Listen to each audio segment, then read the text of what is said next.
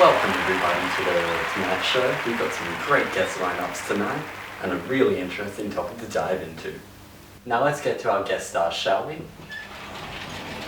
Hi, great to meet you. Good to meet you. Oh, hello there. Yeah, alright. Good to be here. Very good.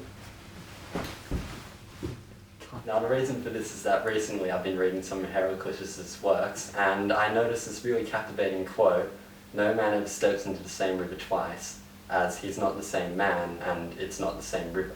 Which was actually why I wanted you here tonight, as you have both worked on stories that encompass this theme of journeys. Yes, I'm going to take a wild guess here saying you're talking about my novel, The Kite Runner. I have no idea why I'm here, to be honest. I'll narrow it down for you, Tom. The first word is rain and the second is man. Ah, of course. Wow, how old is that now? 1988? And working with Barry Levinson.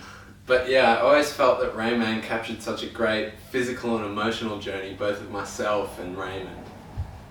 Khaled, so your novel back in 2003, were you intending for it to be so strongly based on this wide concept of journeys? Well, I wanted to take my audience on the journey of Amir, who is the main character.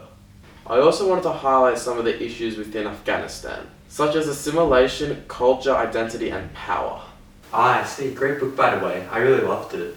Now let's look specifically at Amir here. What were you trying to show through the journey that he undertakes? Well, I wanted to focus on the obstacles and his redemption in the novel. So Amir, as you know, has to face the obstacle of Hassan and Asef, a pivotal moment where he has to decide what defines him. And his choice then keeps him thinking about redeeming himself. So many people felt that the obstacle of Hassan was extremely controversial. Why did you choose to write about something like that? Well, I wanted not so much to bring about a stir with people, but rather show that these obstacles can be extremely graphic, and as a result brings in a change within a person, which they are forever altered, and cannot return to their premature self, if you will. I was reading your book recently. I actually picked up on this strong idea of redemption. Could you elaborate on that? So in this book, Amir consistently wants to redeem himself for leaving Hassan in the alley after the event of Hassan and Asef. I wanted to show the audience through this redemption that Amir and become enlightened both spiritually and emotionally. I see. For this person to change, they must experience redemption. Okay, so let's talk about your movie and the strong theme of growth. Yeah, of course. When I was studying the character of Charlie for the movie, Levinson was constantly reminding me of this change in behaviour and really putting an emphasis on my character's growth from beginning to end, and the real awakening he gains to the world around him, as well as becoming closer to his autistic brother Raymond. Wow, that's amazing to hear. What do you, if anything, attribute to the movie's success? Well, throughout the whole movie, the audience is brought along the journey of my character Charlie, and his growth as a person from beginning to end. And I think that this journey is so relatable in all aspects of changing who you are as a person and all these obstacles that we have to face. Absolutely, I understand where you're coming from, and this ability to correlate with it gives a real depth and meaning to this movie. Much like your book, Khaled, this journey that Amir goes on, I feel, is applicable to most people, if not all. But how would you say this success is achievable? Let's start with you, Tom. Yeah, thinking back to the movie, you might remember that first scene where my character Charlie has his first encounter with Raymond at the car. They're both just outside the mental institute, which is where my character has discovered that his father's money has gone. This is the first time Charlie's learning about his newfound brother Ray, played by Dustin Hoffman, who's a terrific actor. Really enjoyed working with him. And Charlie's finding out about his brother for the first time, and immediately what comes into his head is just money. How can I profit off of my brother? Which really highlights that selfish, unsympathetic sort of character he is at the beginning. And looking at who he turns out to be, as the audience, they go on this journey with him and endure all the obstacles that he faces. What made the film so successful about this story of changing ourselves and learning to love. Yeah, so the car in that scene actually symbolises the change in relationship as Raymond says the seats are now brown when they used to be red. I really liked how the car was used as a vehicle to set up Raymond and Charlie's relationship. The car here can actually represent the river that I spoke of earlier, as the car is not the same and neither are Charlie and Raymond when they meet again in this river, so to speak. Moving on from this. Yeah, definitely a shared experience, and Raymond himself is very self-involved for many different reasons. Due to his autism, he feels extremely uncomfortable when others try to express their emotion to him, and he uses this repetition of facts to shield himself from this obstacle in front of him, as he's incapable of overcoming it himself. He's always repeating that who's on first base sort of sketch as a way to deal with his emotions. As Burns says, he says, it's his way of dealing with you touching his stuff.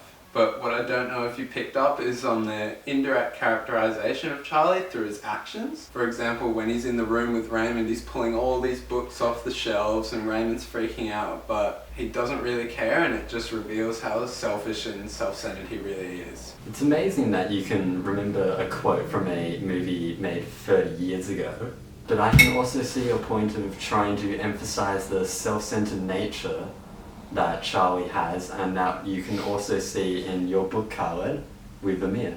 Well, in my book, I focus on the passage of Amir and his changing as a person, which comes from a bigger concept or understanding of journeys. An individual that experiences a journey has often undertaken the movement as a result of an obstacle that they have encountered. Then through these obstacles, the person longs for something, anything really to progress their journey. These catalysts that help them grow as a person come in many forms. You know, whether it be in the form of redemption or forgiveness, or perhaps even friendship, that they all lead to awakening of the body, soul or mind. And in my book, I wanted to take my audience on a journey that Amir experiences, how this object of time is irreversible. And much like the quote you mentioned before, once we change, that's it. No going back. Which is what I was trying to capture through Amir. And a huge indicator of Amir's journey is this big pomegranate tree mentioned throughout. Of course. The tree is symbolizing the journey of Amir. Acting as a benchmark and basically showing Amir transition from his selfish, afraid, almost cowardly person to someone who has blossomed into someone with a greater understanding of people's emotions and the world around him. If you read carefully through the book, you can see Amir and Hassan's friendship is exemplified through the carving on the pomegranate tree. Over time, it begins to wither and fade, just as Amir and Hassan's relationship is broken by this aspect of time, and how much Amir longs to revive this bond that they once had. He cannot revert time and undo this inner journey he has endured. And this journey that Amir goes on is significant because it is something we can all experience and can be applied to such a broad audience, which is also one of the reasons I believe the book was so successful. Absolutely, Cullen. Now, Tom, you had a rather similar focus in Rain Man. Yeah, we did. Both Dustin and I in the movie had to really highlight the inner growth that both our characters partake in. And that's largely centered around the physical journey which they undertake. This experience that we go on together is actually really shown in the last scene, where you can see me fighting for my brother, and the last obstacle between us is actually Walbrook or the mental institute. The mise-en-scene at the time in the movie was chosen really carefully to show how the institute didn't really care about my brother or his well-being, whereas my character now really takes an interest in him and cares for his well-being. You also see at the end where I come over to Raymond and I'm actually resting my head on him, and that really shows how my character has come a long way, and you can see that this bond has developed through our interactions. So through these obstacles you can really see how they've made us change between our first scene and our final one. Yes, and I really like that slow zoom in that scene as the camera slowly makes its way to that symbol of freedom, which is the nature outside just beyond the window, which shows that the bond these two brothers have can transcend the walls of this institution that is trying to separate them. So do you feel that the quote, "No man ever steps into the same river twice," as he is not the same man and it is not the same river, relates to your novel? Yes, it really does fit the story of my novel, as I view Afghanistan as the river from this quote. Amir then is the man that leaves the river, and as I say in the book, he feels that in America he can let his sins drown to the bottom. However, once he returns to the river of Afghanistan, it is incredibly different, and so is he, since he has conquered his fear. So the river is not the same, and neither is Amir. You actually follow the story of Charlie, who's a really self-centered character, and then when he's returning to LA, you know, the environment around him has changed because he's actually grown as a person and he's really opened his heart. For example, I always saw the car as the river, but I can see that Los Angeles is also one too, as they have both changed. Yeah, absolutely. I mean, Rain Man as a film was so heavily focused on this journey of my character Charlie and his growth as a person, and I feel that our texts are actually quite interwoven through this relatable experience of journeys. Well, thank you both for your time. I've been your host, Jimmy Fellon. Big round of applause for our guests Tom Cruise and Carla Hosseini. Goodbye and good night.